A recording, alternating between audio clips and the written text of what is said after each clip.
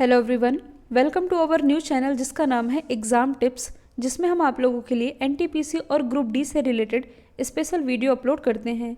तो आज के इस वीडियो में हम लोकसभा से रिलेटेड जो बेसिक क्वेश्चन हैं उन्हें हम डिस्कस करने वाले हैं वन लाइनर फॉर्मेट में।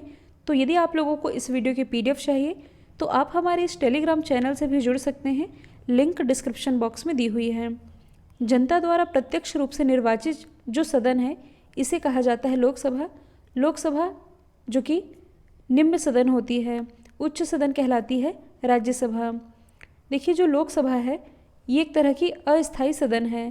अस्थायी सदन है कहने का मतलब है ये है कि ये कभी भी भंग हो सकती है, जबकि जो राज्यसभा है इसके विपरीत ये एक स्थायी सदन है, मतलब कि ये कभी भी भंग नहीं होती है।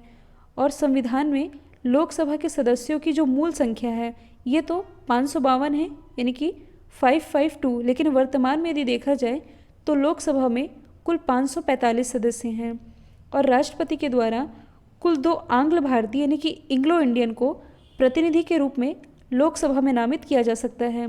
फिर अगला क्वेश्चन है, लोकसभा में किस आधार पर सीटें आवंटित होती हैं? तो यह आवंटित होती है जनसंख्या के आधार पर। वर्तमान लोकसभा में प्रत्येक राज्य के लिए स्थानों का आवंटन किस पर आधारित है? तो यह आधारित है 1971 की जनगणना पर। अच्छा, भारत में जो जनगणना की शुरुआत हुई थी ये कब से हुई थी?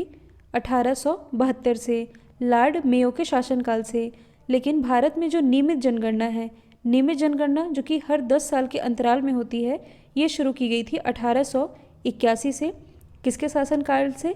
तो ये स्टार्ट हुआ था लॉर्ड रिपन के शासनकाल से। फिर अगला क्वेश्चन है, कौन सी लोकसभा के चुनाव 4 चरण में हुए? तो जो 14th लोकसभा रही इसके चुनाव 4 चरणों में संपन्न हुए। लोकसभा का सदस्य बनने के लिए न्यूनतम आयु ये होनी चाहिए 25 साल, जबकि राज्यसभा सदस्य बनने के लिए न्यूनतम आयु 30 वर्ष होनी चाहिए। कौन सा राज्य सबसे अधिक प्रतिनिधि लोकसभा में भेजता है? तो सबसे ज़्यादा लोकसभा सीटें ये उत्तर प्रदेश के पास है, कुल 80, जबकि यहाँ से राज्यसभा सीटों की संख्या है 31। और यदि उत्तर प्रदेश के बाद यदि देखा जाए तो सबसे ज़्यादा लोकसभा सीटें ये महाराष्ट्र में हैं, कुल 48। फिर अगला है, किस राज्य में लोकसभा सदस्यों का मतलब कि किस राज्य में लोकसभा सदस्यों की संख्या सबसे कम है? तो ये है नागालैंड, सिक्किम और मिज़ोरम में। यहाँ यदि देखा जाए तो लोकसभा सीटों की संख्या है 1, 1 और 1। लोकसभा का नेता कौन होता है? तो लोकसभा सदन के जो नेता होते हैं यही होते हैं लोकसभा के नेता। भूतपूर्व सांसद सदस्यों को पेंशन की व्यवस्था ये कब से लागू की गई थी? 1976 से। लोकसभा में कम से कम कितने सत्र ज़रूरी होते हैं? तो कम से कम 1 साल में 2 बार यहाँ सत्र ज़रूरी होते हैं लोकसभा में। और लोकसभा को कौन भंग कर सकते हैं? तो इसे भंग करने का अधिकार है राष्ट्रपति के पास, मतलब कि जो राष्ट्रपति हैं ये प्रधानमंत्री की सलाह पर लोकसभा को भंग कर सकते हैं। वित्तीय बिल ये कहाँ पास होता है? ये लोकसभा में पास होता है। अविश्वास प्रस्ताव किस सदन में लाया जाता है? तो देखिए, ये जो अविश्वास प्रस्ताव है ये लोकसभा में लाया जाता है विपक्षी दल के द्वारा। और बजट किसके द्वारा पारित किया जाता है? तो ये लोकसभा के द्वारा ही पारित किया जाता है। लोकसभा के सदस्यों की निर्योग्यता के संबंधित प्रश्नों का निर्णय ये करते हैं लोकसभा अध्यक्ष। जैसे कि प्रेजेंट टाइम में हमारे लोकसभा अध्यक्ष कौन है? ओम प्रकाश बिरला जी। इनकी कॉन्स्टिट्यूंसी है कोटा, राजस्थान। अस्थायी लोकसभा अध्यक्ष को क्या कहा जाता है? Pro tem speaker. प्रोटेम स्पीकर की नियुक्ति कौन करते हैं? तो ये करते हैं राष्ट्रपति। कितने दिनों तक अनुपस्थित रहने पर लोकसभा के सदस्य की सदस्यता समाप्त हो जाती है? तो 2 माह तक अनुपस्थित रहने पर इनकी सदस्यता समाप्त हो जाती है। किस विधेयक को केवल लोकसभा में ही पारित किया जा सकता है? ये है वित्त विधेयक। और जो मंत्रिपरिषद है ये लोकसभा के प्रति ही उत्तरदायी होती है। किस अवस्था में संसद लोकसभा का कार्यकाल बढ़ा सकती है? तो जब आपातकाल की स्थिति होती है उस समय लोकसभा का कार्यकाल बढ़ाया जा सकता है। और संसद एक बार में लोकसभा का कार्यकाल कितने समय के लिए बढ़ा सकती है? तो 1 साल के लिए इसे बढ़ाया जा सकता है। किस वर्ष लोकसभा का कार्यकाल एक एक करके 2 बार बढ़ाया गया? तो अभी मैंने बताया है कि 1 साल के लिए बढ़ाया जा सकता है। 1976 में बढ़ाया गया था।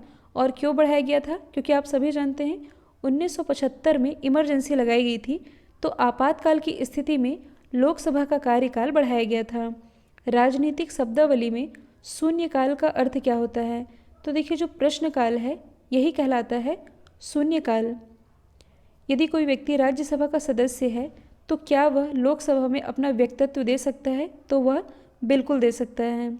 लोकसभा अध्यक्ष का चुनाव कौन करते हैं?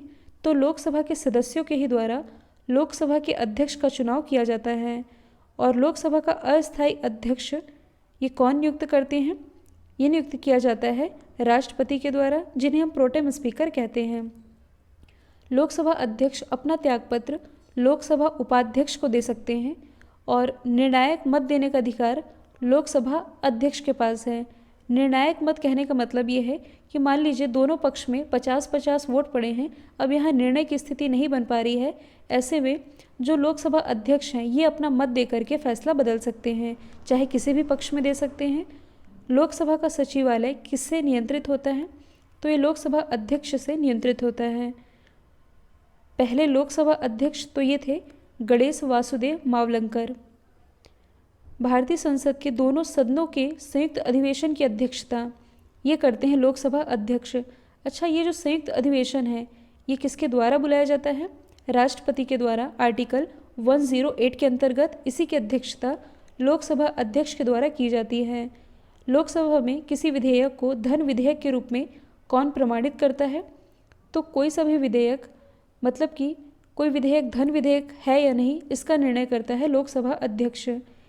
किस समिति के पदेन अध्यक्ष लोकसभा के अध्यक्ष होते हैं? तो ये होते हैं नियम समिति के पदेन अध्यक्ष। यदि आप लोगों को याद होगा तो संविधान के निर्माण के समय कई इंपॉर्टेंट समितियों के गठन किए गए थे, जिसमें से एक है नियम समिति और एक और आप लोगों ने सुना होगा संचालन समिति।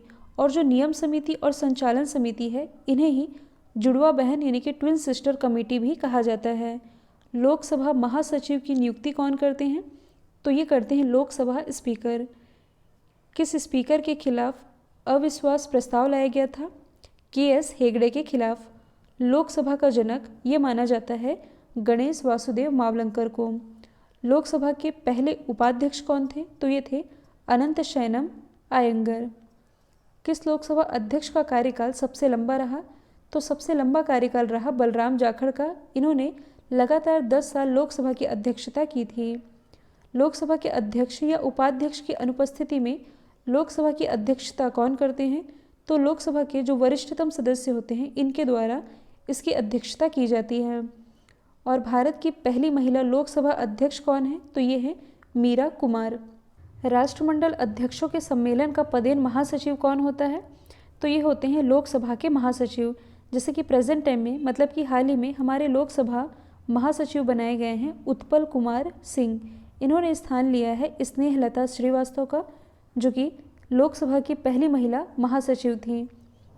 भारत के लोकसभा अध्यक्ष किस देश के हाउस ऑफ कॉमन्स के अध्यक्ष की तरह होते हैं?